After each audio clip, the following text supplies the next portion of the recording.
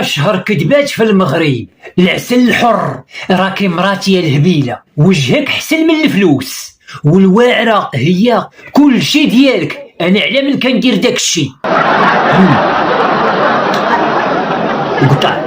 وحدة سولت باها قالت ليه إلا تزوجت دابا أشنو غديرو؟ قال ليها غادي نبيعو الدار ونرحلو من المدينة باش إلا ردوك لينا ما يلقاوناش.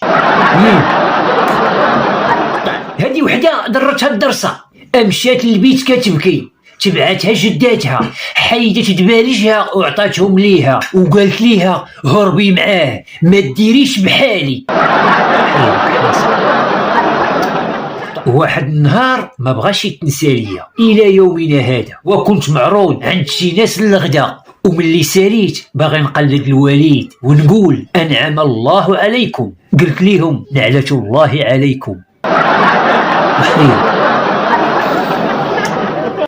قطع.